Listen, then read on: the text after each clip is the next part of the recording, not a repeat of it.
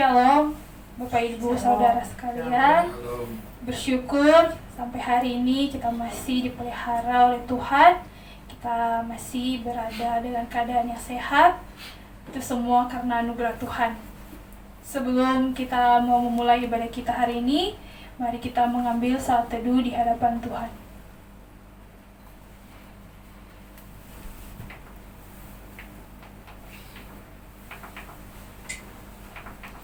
Amin. Mazmur 136 ayat 3-4. Bersyukurlah kepada Tuhan segala Tuhan, bahwasanya untuk selama-lamanya kasih setianya. Kepada Dia yang seorang diri melakukan keajaiban-keajaiban besar, bahwasanya untuk selama-lamanya kasih setianya. Marilah Bapak Ibu, Saudara sekalian, kita menaikkan pujian syukur kita kepada Allah yang besar. Kita mau memuji Tuhan karena keajaiban dan karyanya dalam hidup kita. Besarlah dan agunglah karya-Mu.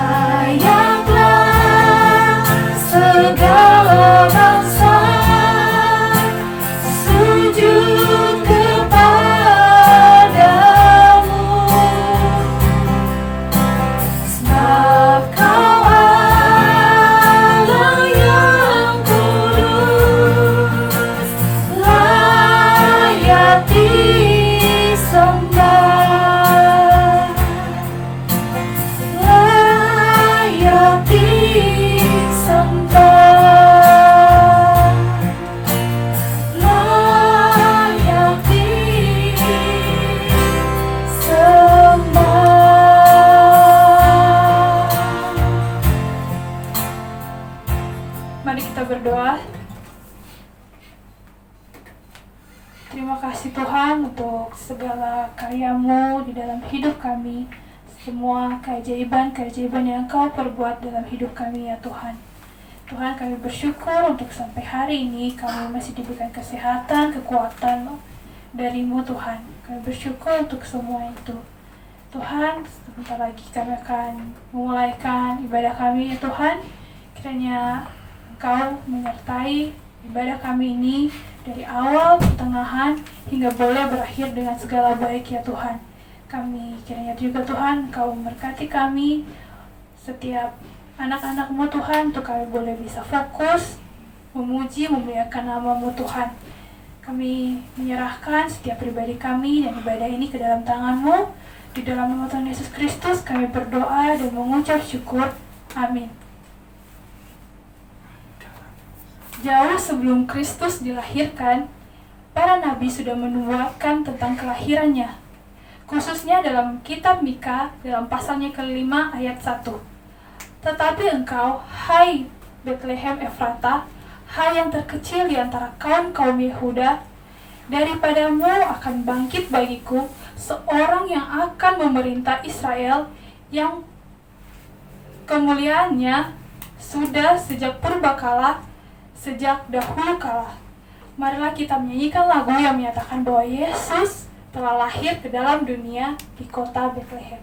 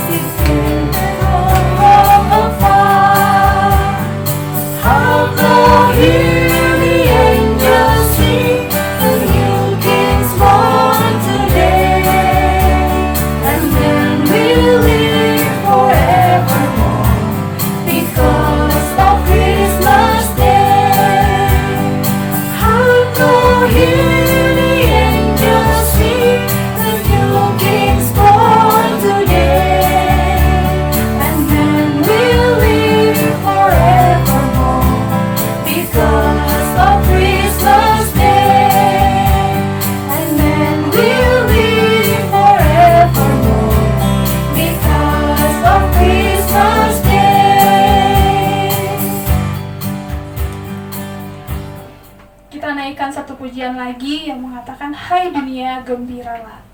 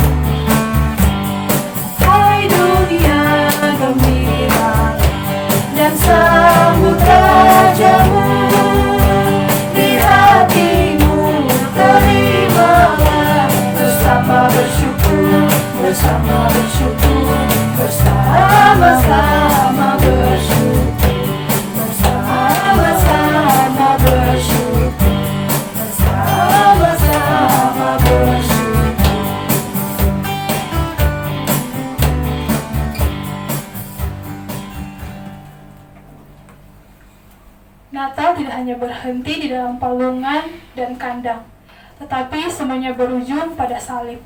Salib Kristus itulah yang membawa kita kepada kehidupan. Mari kita bersama-sama menaikkan pujian karena salib-Mu.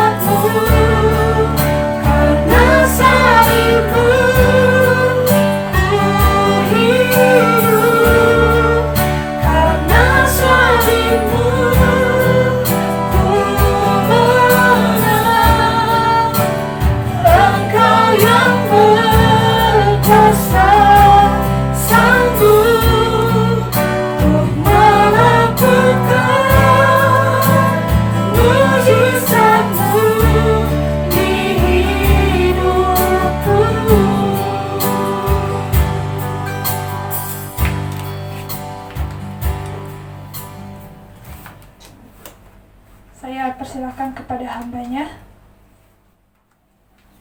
Mari kita berdoa. Benar Tuhan, Natal tidak berakhir di kandang dan palungan, tetapi Natal berujung kepada salib Kristus. Biarlah Tuhan di tahun ini di Natal tahun ini, di kondisi dan situasi yang berbeda dari tahun-tahun sebelumnya, kami boleh memaknai Natal tahun ini dengan lebih dan lebih dalam lagi Tuhan. Bapa, berkati kebenaran firman yang akan disampaikan sebentar nanti. Urapi setiap telinga, setiap hati yang mendengar dan boleh menerima kebenaran firman-Mu Tuhan. Sehingga benar-benar firman-Mu menjadi makanan yang terus menghidupi rohani kami.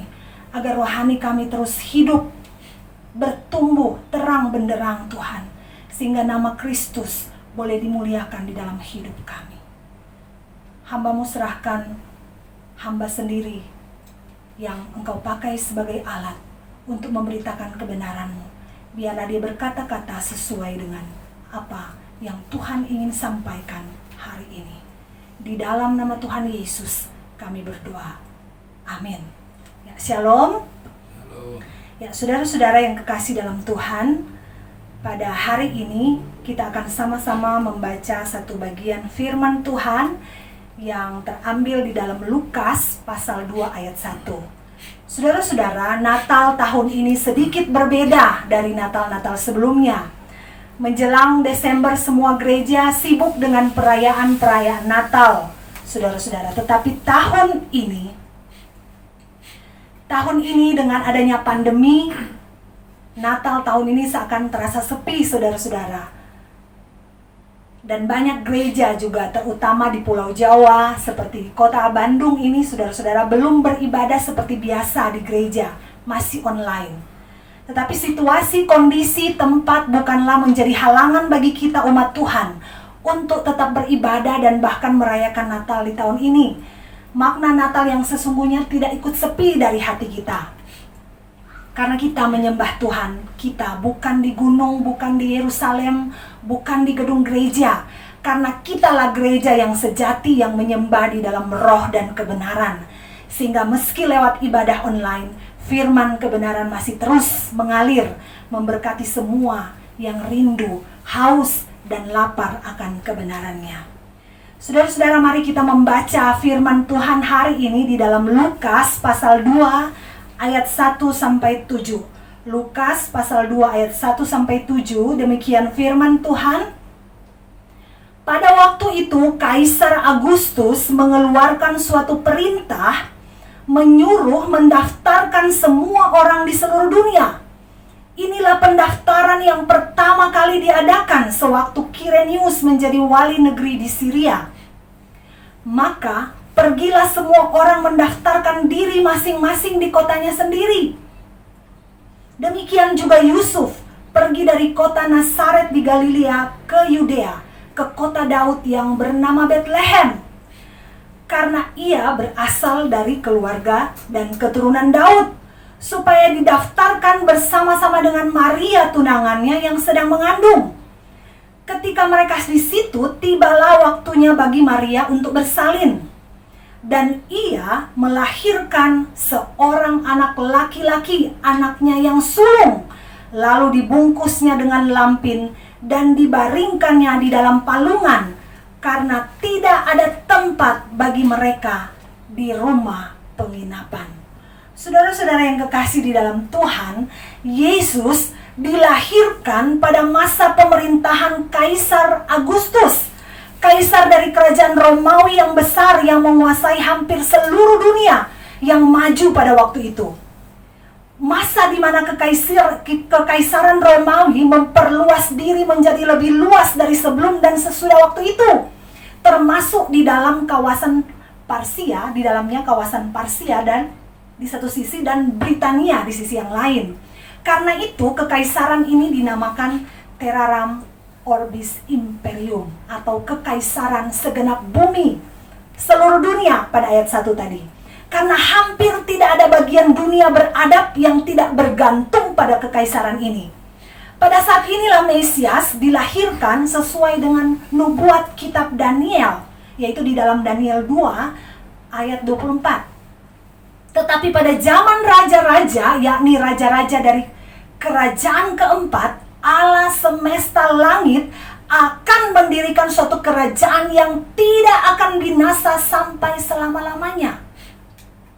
Yesus dilahirkan ketika Yudea dijadikan provinsi kekaisaran itu, yang pada waktu itu yang menjadi wali negeri di Syria adalah Kirenius, ayat 2. Nah, pada masa inilah Kaisar Agustus menyuruh semua orang untuk melakukan pendaftaran di daerah asal mereka semua. Jadi mereka orang-orang pulang kampung.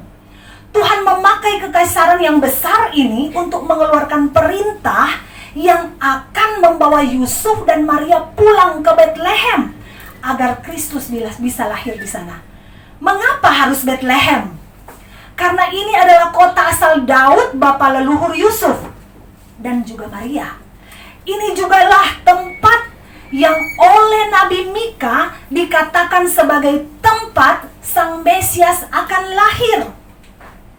Ayat 1 sampai 4 ini, saudara-saudara, di dalam bacaan kita tadi menggambarkan dua sejarah yang berjalan secara paralel, yaitu sejarah dunia ini dan sejarah keselamatan. Sejarah keselamatan berjalan bersamaan dengan sejarah dunia ini. Tetapi, saudara-saudara, dalam sudut pandang dunia, sejarah keselamatan ini hanyalah bagian kecil daripada sejarah dunia. Bukankah raja-raja Romawi lebih agung daripada seorang sederhana bernama Yusuf dan Maria dari Bethlehem?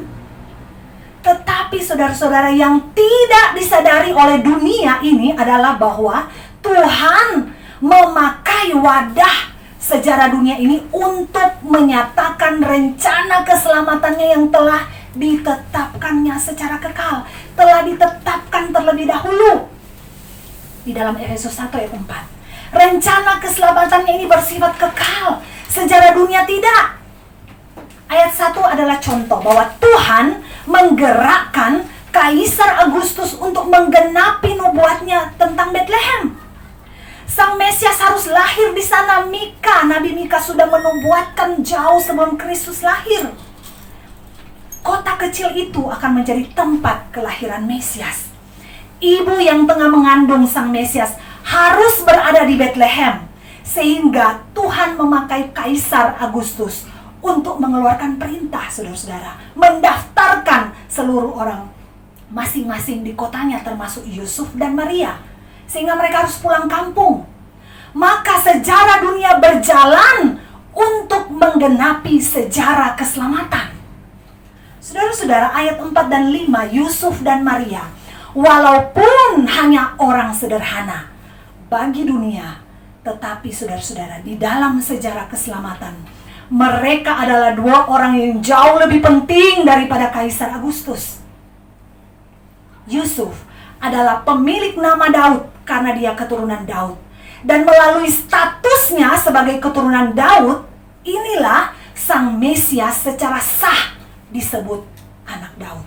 Saudara-saudara, Maria juga adalah keturunan Daud. Kalau kita melihat silsilah Yesus Kristus di dalam Lukas, yang tengah mengandung dan melahirkan Sang Mesias. Maka baik Yusuf maupun Maria adalah dua orang penting dalam sejarah keselamatan. Tetapi dunia tidak mengenal mereka. Perjalanan mereka tidak disertai pasukan yang besar, pengawal sama sekali tidak. Meskipun yang dikandung oleh Maria adalah raja di atas segala raja, jauh-jauh lebih besar daripada Kaisar Agustus. Saudara-saudara, dan apa yang terjadi, saudara? Dan setelah tiba di Bethlehem, setelah melalui perjalanan yang panjang, saudara-saudara, kira-kira 120 km lebih perjalanan dari Nazaret ke Bethlehem, saudara-saudara. Perjalanan yang panjang dan menyakitkan, menyulitkan bagi Maria yang mengandung di usia tua. Ya, hamil tua, saudara-saudara. Udah waktunya melahirkan. Dan setelah tiba di Bethlehem, satu kamar pun tidak tersedia bagi mereka. Yang ada hanya sebuah kandang dan palungan bagi bayi Yesus. Ayat terakhir bacaan kita ini, inilah judul khotbah saya angkat, yaitu dari palungan menuju salib. Ayat 7, saudara-saudara. Dan ia melahirkan seorang anak laki-laki, anaknya yang sulung, lalu dibungkusnya dengan lampin dan dibaringkannya di dalam palungan, karena tidak ada tempat bagi mereka di rumah penginapan. Saudara-saudara, Yusuf dan Maria tidak membayangkan bahwa di usia kandungan Maria yang sudah hampir waktunya untuk melahirkan akan mengadakan perjalanan yang panjang dan menyakitkan karena ada perintah kaisar yang tidak boleh tidak harus diikuti. Mereka berdua yang sedang menanti kehadiran bayi yang tidak biasa ini pasti, saudara-saudara, sesederhana apapun kehidupan mereka, mereka pasti mempersiapkan karena ini kehadiran seorang anak. Tetapi semuanya itu buyar dengan adanya perintah dari kaisar supaya masing-masing pulang kampung mendaftarkan diri. Ada sensus, saudara-saudara. Perjalanan panjang dan melelahkan. Tuhan tidak memberitahukan kepada mereka secara detail bahwa anak yang dikandung dan akan dilahirkan Maria itu akan lahir di Bethlehem, dan lebih spesifik lagi di sebuah kandang dan akan dibaringkan di palungan. Malaikat Tuhan hanya menyampaikan bahwa anak itu laki-laki dan ia akan dinamai Yesus. Saudara-saudara, nubuat Nabi Mika, mereka orang Yahudi sudah tahu pasti, tetapi bagi mereka belum jelas, saudara-saudara, termasuk bagi Maria dan Yusuf. Belum jelas ketika malaikat Tuhan pun berbicara kepada Maria maupun kepada Yusuf bahwa Maria akan mengandung dan akan melahirkan seorang anak laki-laki dan akan menamai dia Yesus. Tetapi malaikat Tuhan itu tidak menyampaikan bahwa mereka akan mengadakan perjalanan dan akan melahirkan bayi mereka di Bethlehem dan akan melahirkan di sebuah kandang. Tidak, saudara-saudara. Ayat 7, saudara-saudara, tadi dikatakan ia melahirkan seorang anak laki-laki, seperti yang disampaikan malaikat Tuhan kepada Yusuf dan Maria. Yang sulung, kata sulung di sini berarti Yesus sebagai yang pertama dilahirkan oleh Maria. Tetapi juga sulung bisa juga berarti sebagai yang sulung di antara banyak saudara, yaitu kita umat tebusannya atau pilihannya. Itu ada di dalam kitab Roma 8. Saudara-saudara, dibungkus dengan lampin dan dibaringkan di dalam palungan, melahirkan dalam sebuah kandang. Saudara-saudara, bisa dibayangkan tempat binatang, pasti di situ ada kotoran binatang. Dibaringkan dalam palungan, tempat makanan binatang, di situ mungkin tersisa air liur domba dan sisa makanan. Pasti bau dan kotor, saudara-saudara. Kandang, tetaplah kandang, saudara-saudara. Itu tempat binatang. Alkitab mencatat, saudara-saudara, Maria membaringkan bayi Yesus dalam palungan. Mengapa, saudara-saudara, Maria meletakkan bayi yang baru dilahirkan itu di dalam palungan? Saudara-saudara, naluri sebagai seorang ibu, pasti saudara-saudara dengan situasi kondisi kandang itu yang kotor dan bau, pasti lebih memilih bayinya yang baru dilahirkan berada dalam dekapannya, lebih aman dibandingkan meletakkan dalam palungan binatang yang kotor. Tetapi saudara-saudara, mengapa Alkitab mencatat Maria membaringkannya dalam palungan? Palungan adalah tempat diletakkannya makanan binatang atau makanan domba. Saudara-saudara, Bethlehem, kota tempat dilahirkannya Mesias, adalah kota Daud, kota asal Yusuf dan Maria juga. Mereka sedang pulang kampung, tetapi tidak ada tempat bagi mereka untuk sekedar melahirkan bayi Yesus. Memang, saudara-saudara, waktu itu mungkin karena sensus sehingga banyak orang yang pulang kampung, jadi penginapan pun penuh, tidak tersisa satu kamar pun bagi Yusuf dan Maria. Tetapi saudara-saudara, saya tidak bisa membayangkan pulang ke kampung sendiri dalam kondisi istri mau melahirkan dan tidak ada sanak saudara yang tergerak untuk memberi atau meminjamkan tempat untuk melahirkan. Benar-benar penolakan yang diterima oleh bayi Yesus. Bethlehem artinya rumah roti. Yesus dilahirkan di kandang domba, diletakkan dalam palungan. Ini ada keterkaitan dan keparalelan makna yang sangat dalam, berkaitan dengan apa yang tertulis di dalam Perjanjian Lama dan penggenapannya, saudara-saudara. Palungan tempat diletakkannya makanan binatang. Jadi, ketika Maria membaringkan bayi Yesus yang baru dilahirkannya itu ke dalam palungan, bukanlah sebagai peristiwa biasa atau tidak bermakna apapun. Karena kita mungkin berpikir wajarlah bagi Maria dan Yusuf karena melahirkan di kandang. Jadi yang ada juga palungan, sah-sah aja. Bukan sesuatu yang luar biasa. Tidaklah demikian, saudara. Mengapa? Karena dalam pasal 2 Injil Lukas ini, kata palungan diulang sebanyak 3 kali. Ketika malaikat Tuhan memberitakan kepada kelahiran Sang Juru Selamat kepada para gembala yang sedang menjaga domba di padang pada waktu malam, maka palungan menjadi tanda bagi mereka. Ayat 12 berkata, "Dan inilah tandanya bagimu. Kamu akan menjumpai seorang bayi dibungkus dengan lampin dan terbaring di dalam palungan." Itu yang kedua, saudara-saudara. Yang ketiga, dan seperti yang disampaikan malaikat Tuhan kepada mereka, kepada para gembala ini, ketika mereka pergi, mereka menjumpai bayi Yesus yang sedang berbaring di dalam palungan. Ayat 16. Jadi saudara-saudara, kata palungan dalam pasal 2 Injil Lukas ini diulang sebanyak 3 kali. Dalam ayat 17, 12, dan 16. Dalam Alkitab, kata yang diulang berarti itu memiliki makna yang sangat penting. Dia, Kristus, diletakkan, dibaringkan dalam palungan. Diulang 3 kali dalam pasal yang sama. Artinya memiliki makna yang sangat penting. Sehingga mengapa diulang sampai 3 kali? Bahkan itu menjadi tanda, sembeon, sign, mark, seperti yang disampaikan malaikat bagi para gembala. Sebagai seorang ibu, Maria tidak memilih mendekap bayi Yesus dalam dekapannya, tapi meletakkannya dalam palungan.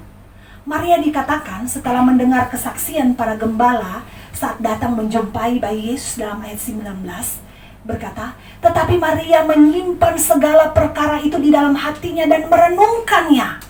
Saudara, dari sejak malaikat Tuhan datang dan memberi salam kepada Maria bahwa ia akan melahirkan seorang anak laki-laki, salam pertama malaikat Tuhan itu kepada Maria adalah, "Salam, hai engkau yang dikaruniai, Tuhan menyertai engkau."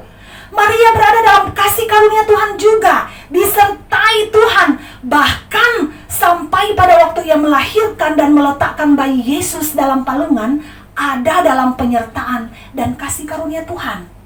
Maria tidak memilih untuk meletakkan bayi itu dalam dekapannya, tetapi meletakkan dalam palungan karena karunia dan penyertaan Tuhan yang menggerakkan dia meletakkan Yesus, bayi Yesus dalam palungan.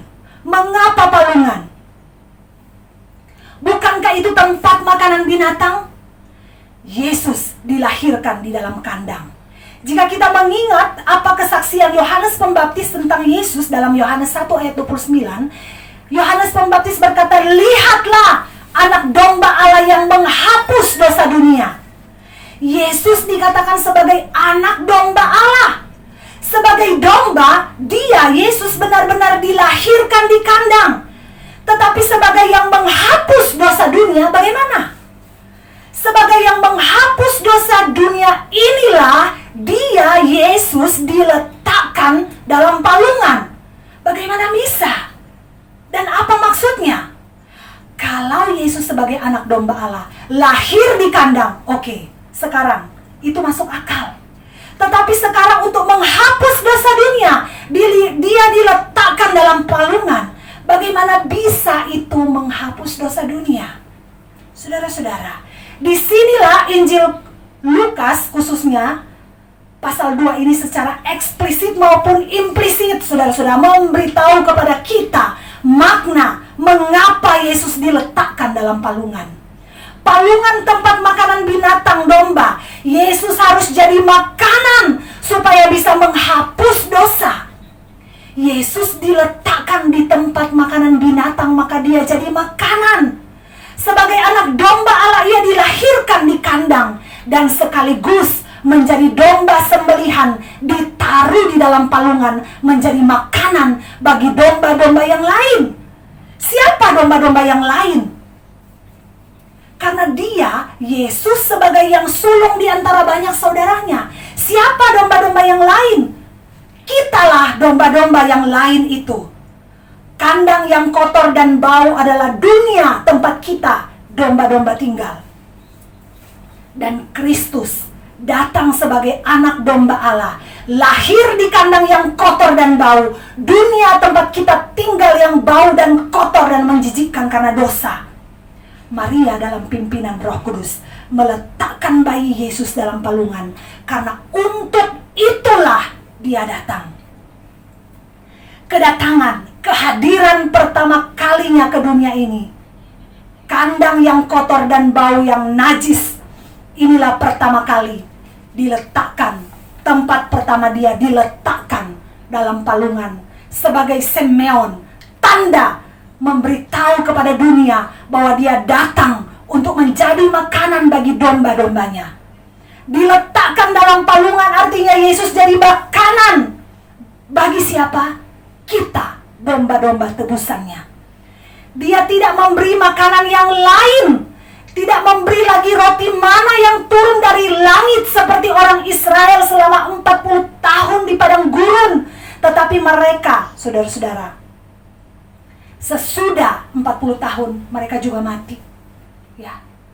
Tetapi Yesus tidak memberikan roti mana lagi seperti di padang gurun, tetapi memberi dirinya, dagingnya sendiri, daging dan darahnya sendiri, karena dialah makanan sejati. Roti yang turun dari sorga, bukan mana yang turun dari langit, yang setiap orang yang memakannya berulang kali selama 40 tahun toh pada akhirnya mati, saudara-saudara. Tetapi saudara-saudara, roti yang turun dari sorga ini, sekali kita memakannya, maka itu untuk hidup kekal selama-lamanya. Dia bukan hanya anak domba Allah, tetapi juga yang menghapus dosa dunia. Menghapus dosa dunia dengan cara menjadi makanan, harus diletakkan dalam palungan. Dialah korban yang ditaruh di atas mezbah bakaran sebagai korban pengganti kita semua, menggenapi sekaligus menghapus semua sistem korban dalam perjanjian lama. Semua itu sudah tergenapi, sudah selesai. Sama seperti Kristus berkata di atas kayu salib, sudah selesai. Korban anak domba Allah dengan membawa tubuh dan darahnya melewati, merobek tabir bait suci itu sekali dan untuk selamanya. Zaman perjanjian lama, setiap kali umat berbuat dosa, maka berulang kali mempersembahkan korban binatang, bukan untuk menghapus dosa, tetapi sebagai pengampunan dan keadilan. Semua korban itu tidak pernah menghapus dosa, karena berulang kali, setiap kali ada dosa, terus mereka mempersembahkan hanya satu darah, yaitu darah Kristus satu-satunya, darah yang kudus, darah anak domba Allah yang menghapus dosa. Saudara-saudara, Yesus adalah firman yang pada mulanya bersama-sama dengan Allah dan yang adalah Allah, yang pada waktu Allah mencipta dengan firman. Ketika Allah berfirmanlah Allah, jadilah terang, maka terang itu jadi. Firman yang keluar dari mulut Allah itu mencipta sesuatu yang tidak ada menjadi ada. Firman itulah yang telah menjadi manusia, bahkan menjadi anak domba, lahir di kandang. Dialah anak tunggal Bapa, turun dari tahtanya, mengambil rupa seorang hamba, doulos, dalam artian sama dengan binatang. Lahir di kandang, saudara-saudara. Firman Tuhan berkata manusia tidak hidup dari roti saja, tetapi dari setiap firman yang keluar dari mulut Allah. Firman yang keluar dari mulut Allah inilah yang telah menjadi manusia dalam wujud bayi Yesus, diletakkan dalam palungan sebagai makanan binatang, sebagai makanan domba. Dia terlahir sebagai anak domba yang kemudian diletakkan dalam palungan, menjadi santapan makanan bagi domba-dombaan. Sebagai domba kemudian jadi makanan bagi domba-domba. Untuk maksud inilah, saudara-saudara, untuk maksud inilah Yesus, firman yang tadinya bersama-sama dengan Allah, datang ke dalam dunia. Dia diletakkan dalam palungan, artinya dia diletakkan di sana sebagai santapan makanan. Rantai makanan yang lebih rendah lagi, yang tadinya domba sekarang menjadi makanan, saudara-saudara. Dari domba menjadi makanan domba-domba. Domba-domba jika tidak memakan dari palungan makanan yang disediakan bagi mereka, maka mereka pasti akan mati. Salib adalah puncak pemenuhan. Puncak pemenuhan, dia, Yesus, memberi dirinya menjadi makanan bagi umat tebusannya. Tubuhnya terpecah-pecah, darahnya tercurah. Itulah pemberian seutuhnya dari Tuhan kita bagi domba-dombanya. Di dalam Mazmur 23, ketika Daud mengungkapkan bahwa Tuhan adalah gembalaku, takkan kekurangan aku. Ia menyediakan hidangan bagiku di hadapan para lawanku. Hidangan itu puncaknya adalah ketika dia disalib. Disalib dia menyerahkan dirinya bagi kita sebagai hidangan, sebagai santapan, makanan, roti hidup. Tubuh dan darahnya adalah makanan sejati, makanan hidup kekal bagi kita orang berdosa. Tubuhnya terpecah-pecah dan darahnya tercurah, memberi hidup kekal bagi kita domba-domba tebusannya. Sehingga kita tidak lagi kekurangan apapun, segala kekayaan surgawi dilimpahkan kepada kita karena Kristus. Menyediakan hidangan, dengan dirinya sendiri menjadi hidangan di hadapan para lawanku. Siapa lawan kita jika bukan iblis? Disalib lawan, yaitu si iblis, kalah. Kepalanya diremukkan oleh Kristus. Itulah pemenuhan dari janji Allah dalam Kejadian pasal 3 ayat 15 kepada Hawa di Taman Eden. Keturunanmu akan meremukkan kepala ular, keturunannya akan meremukkan tumit keturunanmu.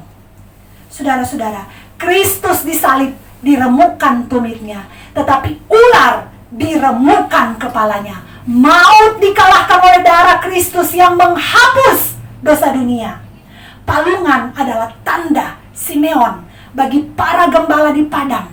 Puncaknya adalah ketika dia, Yesus, pergi ke salib untuk benar-benar disantap, dimakan oleh barang siapa yang percaya kepadanya, supaya tidak binasa, melainkan beroleh hidup yang kekal.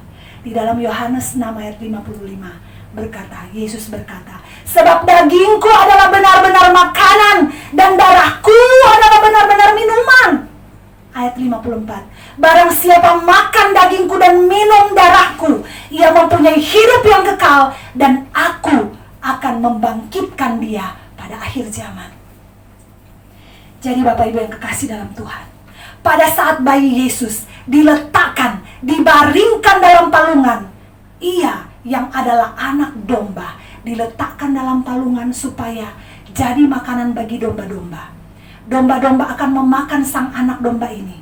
Ini adalah gambaran makna rohani di balik semua peristiwa kasat mata itu. Sang anak domba diserahkan oleh bapaknya sendiri, dan ia, anaknya itu juga dengan taat dan rela mengikuti kehendak bapaknya, sehingga di Taman Getsemani dia sebagai manusia untuk mewakili kita domba-dombanya berkata, tetapi bukan kehendakku yang jadi, tetapi kehendakmu lah yang jadi.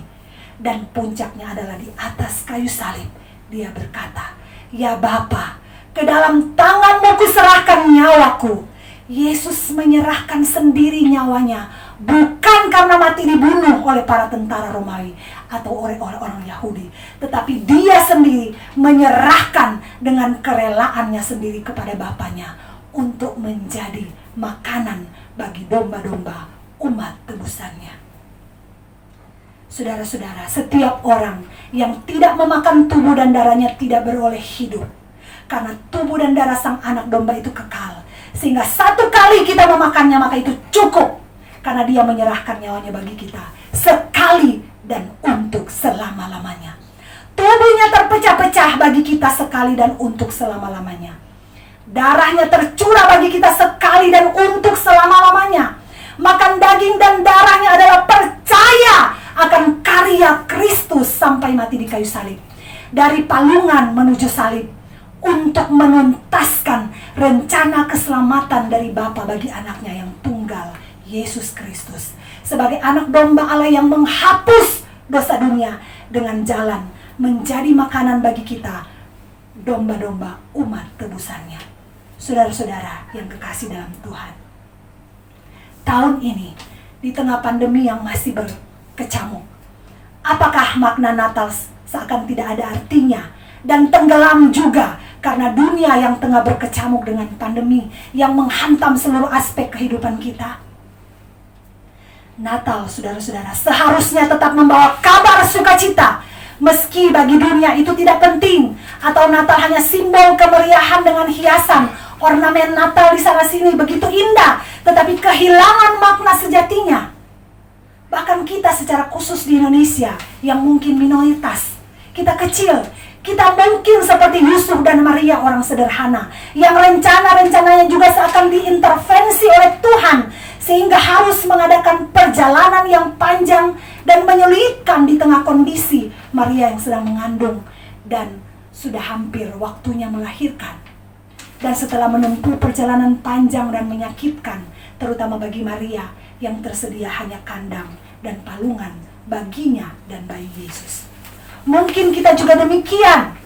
Yang direncanakan semula ternyata kita pikir merencanakan hal-hal tetapi gagal, berubah semuanya. Karena Tuhan ternyata punya rencana yang lain. Bahkan bagi semua kita, orang di dunia saat ini, tidak ada yang menyangka pandemi melanda seluruh dunia dan menggoncang ekonomi dan berbagai aspek hidup. Tetapi bagi kita orang percaya, Natal adalah kabar sukacita. Tidak peduli itu di luar prediksi, tidak masuk akal, tidak dilihat, dianggap atau tidak dianggap oleh dunia, tidak dianggap oleh sejarah dunia. Tetapi kita adalah sama seperti Yusuf dan Maria. Kita adalah orang-orang penting dalam sejarah keselamatan. Karena kita adalah bagian dan berbagian di dalam rencana keselamatan yang Allah rencanakan. Rencana-rencana kita bisa saja diintervensi oleh Tuhan, bisa berubah, tidak seperti yang kita harapkan. Kita mungkin menderita, tetapi kita adalah orang-orang penting dalam sejarah keselamatan. Allah berdaulat atas hidup kita, atas keseharian kita yang mungkin tidak dianggap penting orang lain atau dunia. Kita mungkin bukan siapa-siapa bagi mereka. Kita juga mungkin miskin, sederhana seperti Yusuf dan Maria yang harus mengalami perjalanan yang panjang dan menyulitkan, menyakitkan, mengalami penolakan di dunia ini. Tetapi saudara-saudara, untuk apa saudara-saudara kita mengalami semuanya itu? Untuk melahirkan saudara-saudara.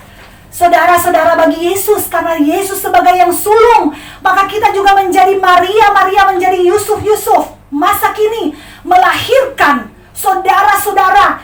Bagi Yesus sebagai yang sulung, Allah berdaulat penuh sehingga Dia dengan cara dan jalannya seakan bagi kita mungkin akan sekali-kali mengintervensi rencana kita, bahkan mungkin sering.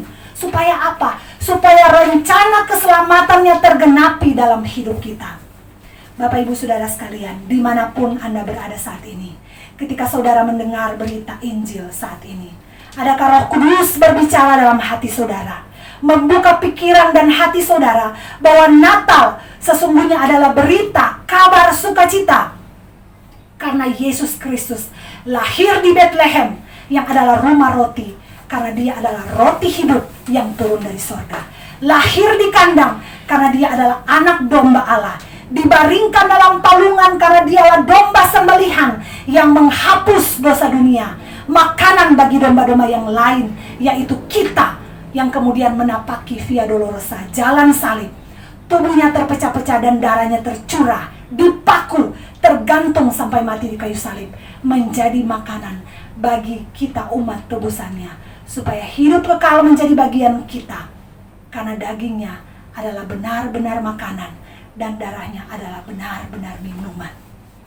Sudahkah saudara-saudara membuka hati saudara-saudara? Adakah di antara kita yang belum percaya dan belum memakan daging dan darahnya sebagai makanan hidup? Jika belum, Roh Kudus kiranya menolong saudara untuk memakannya saat ini. Artinya saudara percaya dan menerima akan karya penebusan Kristus di salib untuk menebus saudara. Bagi saudara yang sudah percaya kepada Kristus, artinya sudah memakan tubuh dan darahnya, maka teruslah memakan makanan hidup. Bukan lagi daging dan darah Kristus, tetapi memakan firman yang tertulis sebagai makanan rohani. Karena tubuh rohani kita hanya bisa terus dihidupi oleh yang rohani dan yang kekal, yaitu firman Allah, sambil terus berbagian di dalam sejarah keselamatan, sama seperti Yusuf dan Maria, untuk melahirkan saudara-saudara bagi Yesus sebagai yang sulung, sampai tergenap jumlah yang ditetapkan. Selamat Hari Natal. Tuhan Yesus memberkati. Amin. Bapak Ibu yang kekasih dalam Tuhan, sebelum kita masuk dalam doa mengucap syukur untuk firman Tuhan, kita naikkan pujian dari Karena Salibmu, bagian refrain aja. Karena Salibmu.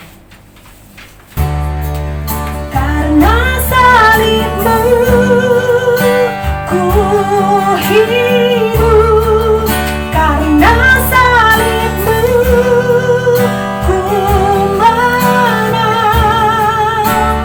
Engkau yang berkuasa, sanggup untuk melakukan mujizat-Mu. Karena salibmu ku hidup, karena salibmu ku menang. Engkau yang berkuasa, sanggup untuk melakukan mujizat-Mu di hidupku.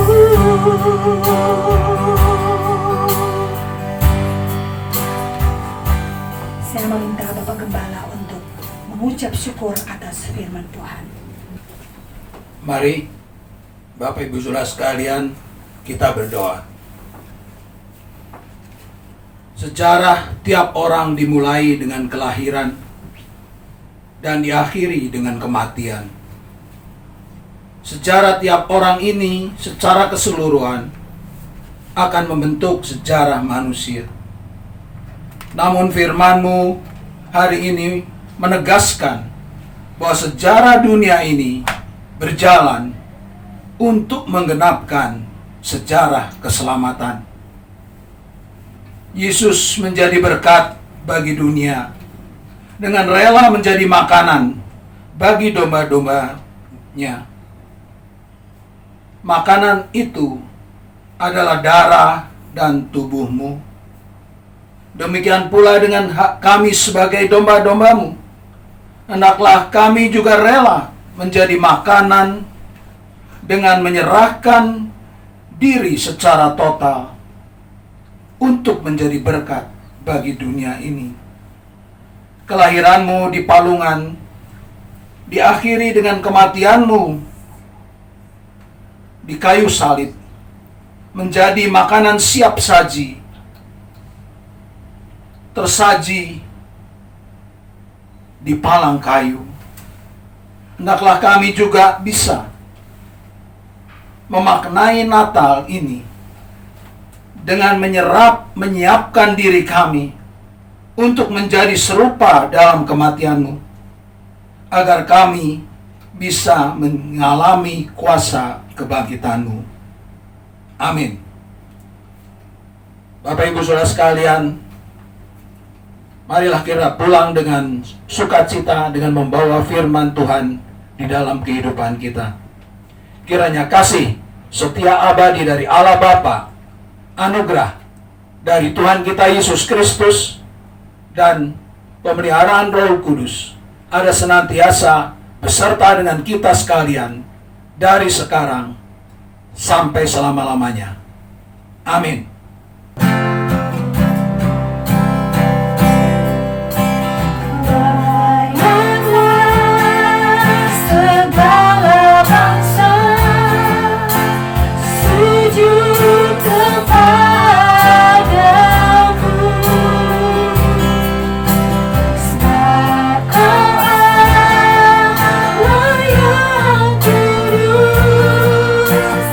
Layak